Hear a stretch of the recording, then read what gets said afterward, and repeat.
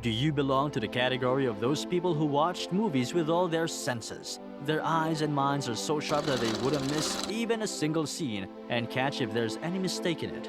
Well, a large number of viewers belong to this category who love to watch movies with all their heart and believe each story or fact related to that movie. We still believe that in The Dark Knight, the hospital scene had an improvisation by the legendary actor Heath Ledger.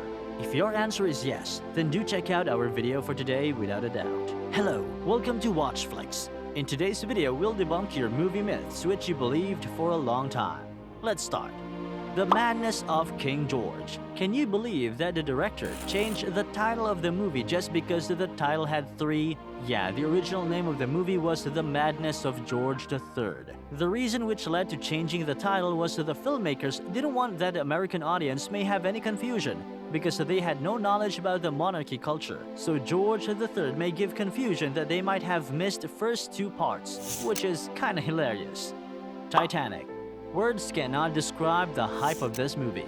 Titanic, the name itself, an iconic title that had made people crazy just after the title was released.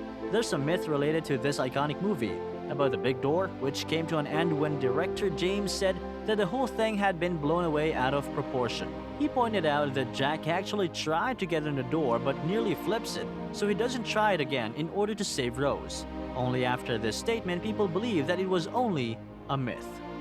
Three Men and a Baby. Three Men and a Baby was a big hit in the 80s. It had great comedy scenes with a brilliant star cast. The audience used to believe that the boy was the ghost of a young murder victim, and the house where the film was set was not just a real-life house, but the center of the tragedy. But it's not true, and Tom Selleck himself revealed that this is totally a myth, and the man which we saw as a ghost was no one. It was just a cardboard cutout of Ted Danson. Singing in the Rain.